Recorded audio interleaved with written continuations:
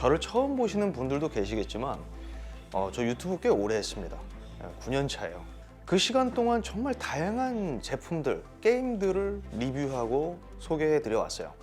그 중에서는 정말 기억에서 잊혀지지 않는 그런 제품들도 당연히 있습니다.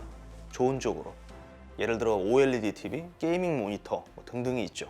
생각해보면 전부 디스플레이 계열이에요. 아무래도 제가 정말 자주 많이 사용하는 제품군이기 때문에 더 그렇게 좀 느꼈던 것 같습니다. 그런 맥락에서 이번 영상의 주인공도 딱 그 짝입니다. 제 기억에서 잊혀지지 않았던 그런 제품. 물론 조금 달라지긴 했는데 여하튼 벤큐의 게이밍 빔 프로젝터 X3100i입니다. i는 있는데 어른은 없네?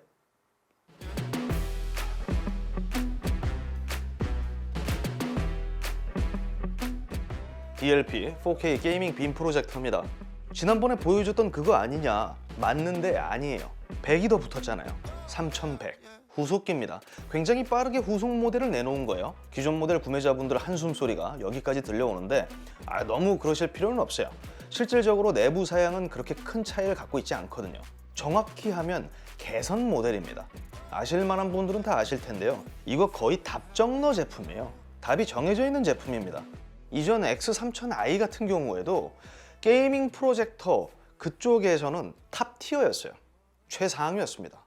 상대가 몇 없어요. 왜? 진짜 상대가 몇 없어요. 네, 게이밍 프로젝터 자체가 몇 없고 이 친구가 또 사양이 워낙 좋았기 때문에 가성비까지 굉장히 좋은 제품이었습니다. X3000i 기억하시죠? 4LED 광원을 활용합니다. 레이저 아니에요. 수명 잡았고 가격 낮추고 컬러 재현력 높였습니다. LED 프로젝터의 단점으로 여겨졌던 밝기, 그 역시 최대 약 3000안시 루멘으로 끌어올렸어요. 이전에도 말씀드렸습니다만 빔 프로젝터에서 안시 루멘만 높다고 해서 마냥 좋은 제품은 아닙니다. 자동차가 엔진만 있다고 굴러가진 않잖아요. 프로젝터도 똑같습니다. 이 LED 광원만 쓴다고 해서 다 해결되는 게 아니죠. 특히 이렇게 DLP 프로젝터 같은 경우에는 내부에 들어간 칩셋도 중요합니다. 텍사스 인스트루먼트의 0.65인치 DMD 싱글 칩이 적용됐습니다. DMD 칩은 비유하면 카메라의 이미지 센서라고 생각하시면 돼요. 수백만 개의 작은 거울들을 활용하는 칩입니다. DLP 프로젝터의 핵심 요소예요. 올해 초만 해도 국내 출시된 4K 프로젝터들은 거의 대부분 0.47인치 크기의 칩들을 사용했습니다. 지금도 뭐 별반 다를 거 없어요. 근데 벤큐 X3000i는 상대적으로 빠르게 높은 밝기의 LED 광원을 집어넣고 더 큰 크기의 DMD 칩을 적용한 겁니다. 그러면서 얻는 이점이 또 하나 생겼죠. 낮은 인풋 렉입니다. 4K 60프레임 기준 약 16ms. 일반적인 프로젝터들은 보통 30ms 이상입니다. 거의 대부분 게임 플레이에 적합하지 않아요. 그런데 X3000i는 그런 것들을 전부 붙잡은 제품인 겁니다. 그래서 게이밍 타이틀을 붙일 수 있었던 거고.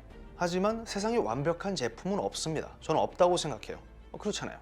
좀 더 나은 제품이 있을 뿐이죠. 항상.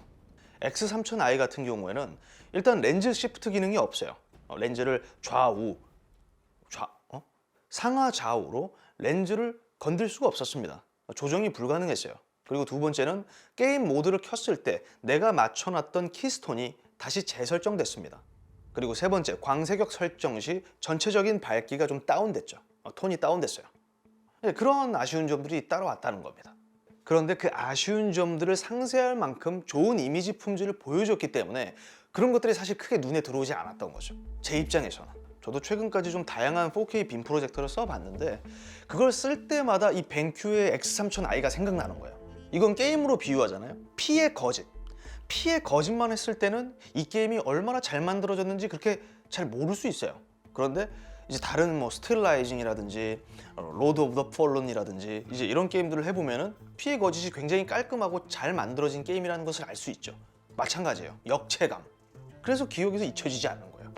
그런데 보통 이렇게 유료 광고를 달면은 많은 분들이 이제 오해를 하실 수밖에 없어요. 맨날 뭐 가이드라인에 따라 작성을 하니 없는 가이드라인을 자기들이 만들어.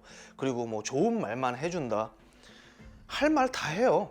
제 말을 믿지 못하겠다면 해외에 그냥 구글에 검색을 해보세요. 영어로. 한글로 검색하지 마시고. 어차피 한국인들이 말하는 거 안 믿으시잖아. 뭐 레딧 이런 사이트도 가거든요. AV 뭐 마니아들도 있고 하니까. 어덜트 비디오의 그 AV 아니에요. 굉장히 평가들이 좋아요. 그러니까 1년 만에 개선 모델을 내놓은 거죠. 돈이 되니까. 그렇다는 거는 이 친구를 제가 또다시 설명하는 느낌이 있거든요. 그런 느낌이 없지 않아요. 그래서 최대한 그 중복되는 멘트들을 좀 줄이기 위해서 여러분들이 하셔야 할 것은 지금 이 영상을 시청하시기 전에 지난번에 제가 제작했었던 X3000i 영상을 이쪽인가? 미리 시청하시는 게 좋을 수 있습니다. 저는 그걸 권장드려요. 왜냐면 그때 했던 멘트를 또다시 하기에는 좀 그렇거든요.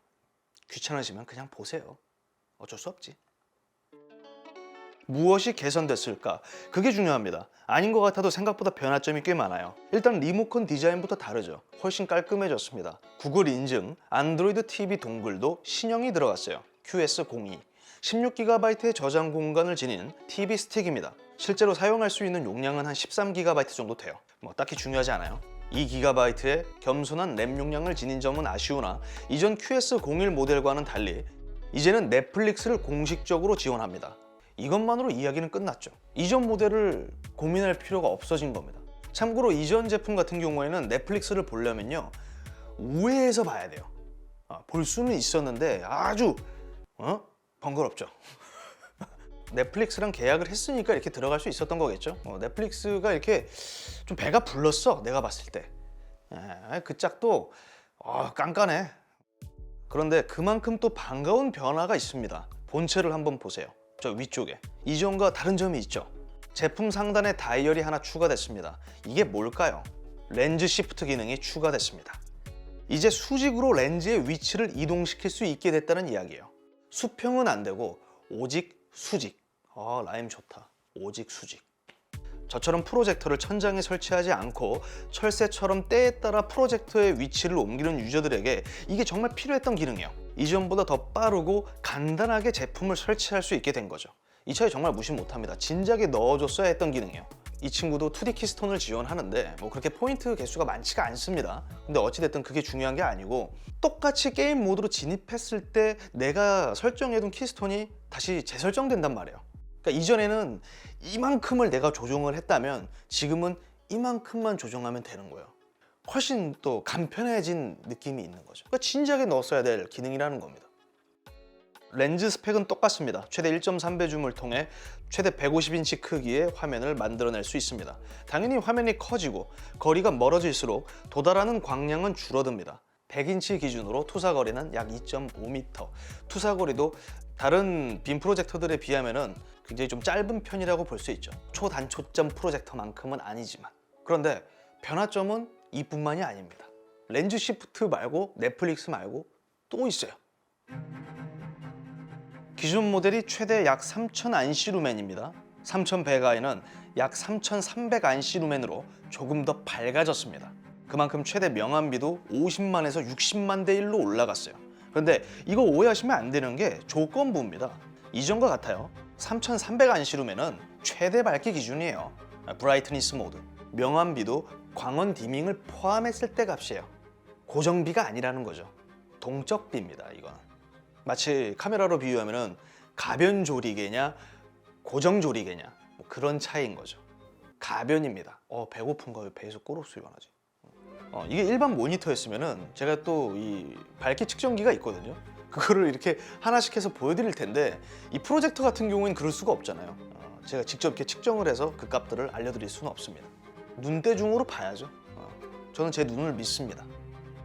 그리고 추가적으로 세팅 체인지라는 옵션이 추가됐어요. 뱅큐 혹은 남이 만든 게임별 컬러 프리셋을 그대로 불러와서 적용시킬 수 있다는 겁니다. 이거는 뭐 프로젝터에서 온라인으로 다운받고 그런 건 아니고요.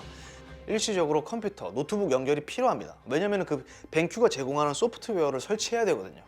좀 건방진 소리 좀 하겠습니다. 제 경우에는 좀 짬이 있고 또 오랜 시간 디스플레이들을 써왔기 때문에 그래도 어떤 이 컬러라든지 이런 것들을 보는 능력이 조금 있단 말이에요. 노하우가 있어요.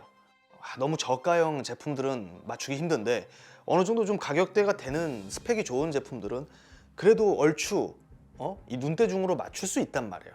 그런데 그렇게 맞출 수 없는 유저분들도 분명 계시잖아요. 그러니까 그런 분들을 위한 배려인 거예요, 이 옵션은. 정리하면 신형 리모컨, 업그레이드된 TV 스틱, 추가된 넷플릭스, 소폭 상승한 최대 광량, 수직 렌즈 시프트, 날로 먹는 세팅 체인지, 이 정도가 이전 X3000i와의 차이점들이라 볼 수 있습니다. 이런 추가점들로 인해서 본체 무게도 늘어났습니다. 약 400g. 그리고 이건 기분 탓일지 모르겠는데 내부 이 내장 스피커 사양이 똑같거든요. 지난 모델하고. 그런데 EQ 프리셋을 극장 모드로 했을 때 이전보다 좀 더 바삭하고 좀 깨끗하다는 느낌을 받았어요. 이건 기분 탓일 수 있어요, 진짜로. 물론 내장 스피커를 이렇게 좋아하지 않는 분들 분명 계실 거 아니에요. 그런 분들은 HDMI, eARC나 유선 연결 선을 좀 따줘야죠. 3.5mm 포트도 있어요. 그럼 그냥 유선으로 그냥 헤드폰하고 연결해서 할 수도 있죠. 생각보다 입체적이에요. 무시할 수 없어요, 이거 트래블러.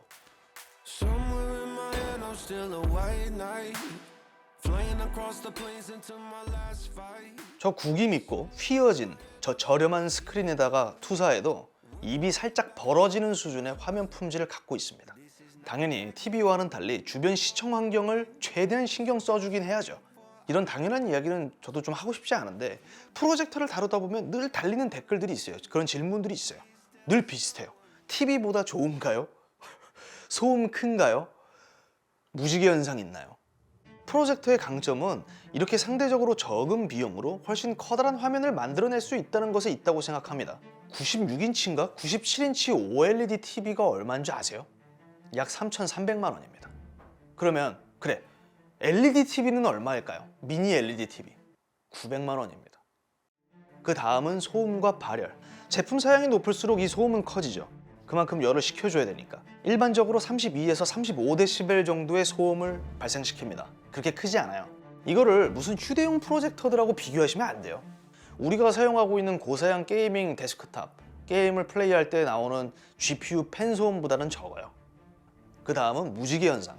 스마트폰이나 이제 디지털 카메라를 들고 낮은 셔터 스피드로 찍는 게 아닌 이상 육안으로 보이지 않습니다. 상식적으로 게이밍 프로젝터라고 지금 타이틀을 붙여놨는데 무지개 현상이 그렇게 막 보이면은 게임할 때 너무 지저분해지죠. 게임 같은 경우에는 일반 영상과는 달리 이 화면이 굉장히 시시각각 빠르게 변환하는데 화면 품질은 사실 이걸 길게 설명할 필요가 없어요. 거의 동일한 조건에서 조금 더 밝아진 것 뿐이에요. 사용자가 세부적인 화면 설정을 딱히 건들 필요가 없습니다. 그만큼 이 밸런스가 잘 잡혀 있는 거죠. 그죠? HDR에서 몇 가지 변수가 있는 건데 이걸 또 디테일하게 들어가면은 여러분들 아마 되게 지루해 하실 거예요. 최대한 짧게 요약하겠습니다. HDR로 화면이 전환되면 이번에도 다양한 픽처 모드들이 포함되어 있습니다. HDR RPG, HDR SPG, RCG, 레이싱 게임 등등이 있어요. 사용자 커스텀도 지원하고요. 픽처 모드에 따라서 전혀 다른 느낌의 화면을 만나볼 수 있습니다. 밝기, 명암비 부분에서 이제 조금씩 차이가 있어요. 정답은 없습니다. 마치 사람마다 제각각 들리는 3D 오디오처럼 하나씩 설정해 보면서 자신에게 맞는 화면을 찾는 게 중요한 거죠. 이제 그렇게 제품하고 친해질 필요가 있습니다. 그 과정이 어렵지 않고요. 되게 잘 잡혀 있어요. 혹시 모르시는 분들을 위해서 제가 잠깐 설명드리면요. 벤큐는 그냥 막 모니터만 만들던 곳이 아니에요. 프로젝터 쪽으로 굉장히 좀 일가견이 있는 제조사입니다. 혹시 모르실까 봐 말씀드리는 거예요. 아마추어들 아니에요. 근데 이것도 설명드려야겠죠? 여기에 WCG, 와이드 컬러 게럿, 뭘까요? 광색역입니다. 이번에도 똑같이 이 WCG 설정을 했을 때 전체적으로 밝기, 광량이 줄어들어요. 체감될 정도로 줄어듭니다. 해당 옵션을 선택하면 본체에서 필터 돌아가는 소리가 들리면서 이 색역이 넓어지는 거예요. 그렇게 DCI P3 100%를 충족시키는 거죠. 영상을 시청할 때, 영화를 감상할 때 더 좀 많은 이점이 있고 굳이 이거를 강제적으로 킬 필요가 없습니다. 제 경우에는 그냥 끄고 씁니다. 꺼도 충분히 좋아서. 이거 실제로 보시면 여러분도 놀라실 거예요. 제가 이렇게 영상으로 보여드리는 거는 좀 한계가 있습니다. 이건 실제로 보셔야 돼요. 초반에 말씀드린 것처럼 낮은 인풋 렉이 최대 강점인 제품이에요. FHD 240Hz에서 약 4.2ms, 4K 60Hz에서 약 16.7ms의 인풋 렉을 가졌습니다. 프로젝터 쪽에서는 굉장히 낮은 수치입니다. 어떤 해상도로 즐기든 인풋 렉으로 인한 스트레스는 받을 수 없어요. 이전에도 그랬지만 인풋 렉으로 인한 문제는 하나도 느낄 수 없었습니다. 게임을 즐기는데도 좋은데 기본 화면 품질까지 다 잡아낸 제품이기 때문에 진짜 깔 게 별로 없어요. 게이밍 프로젝터라고 해서 게이밍에 너무 초점을 두실 필요는 없어요. 이거는 제가 봤을 때 올라운더입니다. 흔히 이제 홈시네마 프로젝터라고 불리는 제품들하고 비교하면은 영화나 비디오를 감상하는데 필요한 옵션들이 이 친구는 더 적은 건 맞아요. 근데 제가 봤을 때 별반 차이 없어요. 제 시선에서 봤을 때 아쉬운 점은 딱 한 가지예요. 기본 제공되는 안드로이드 동글, 안드로이드 소프트웨어 유연성이 조금 떨어진다. 이게 무슨 말이냐면 기본 세팅, 자동 해상도 설정으로 두면은 자체적으로 세격이 REC709가 아니라 BT2020으로 잡혀 있습니다. 즉 SDR 컨텐츠를 감상할 때 원본과 색상 차이가 있을 수밖에 없다는 거죠. 좀 더 비비드하게 출력됩니다. 채도가 더 높다고요. 해결법은 있어요. 안드로이드 옵션에서 사용자가 직접 수동으로 설정해 줘야 됩니다. 대신 거꾸로 HDR 컨텐츠를 감상할 때 또다시 설정을 해줘야 하는 번거로움이 있어요. 이거 외에는 딱히 깔 게 없습니다. 제가 봤을 때.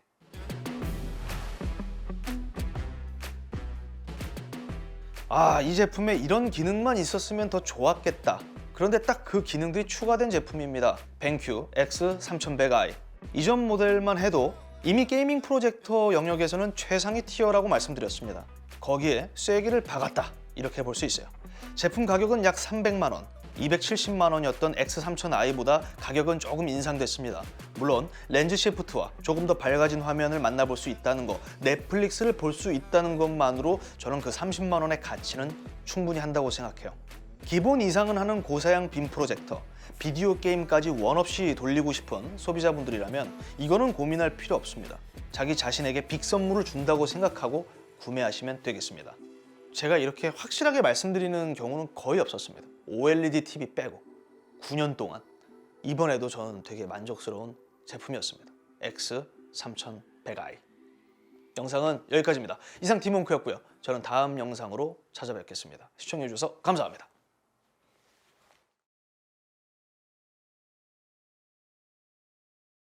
지금 저는 환경은 다 갖춰졌어요. 근데 이제 프로젝터 살 돈이 없는 거지. 이거 스크린 사는데 돈 300 이상 썼고, 제가 GPU, 그래픽카드 4090 살려고 돈을 모았는데 그 그래픽 값이 지금 너무 올라가가지고 그거부터 일단 맞추려고 하고 있거든요. 그래픽카드를 산 다음에 프로젝터.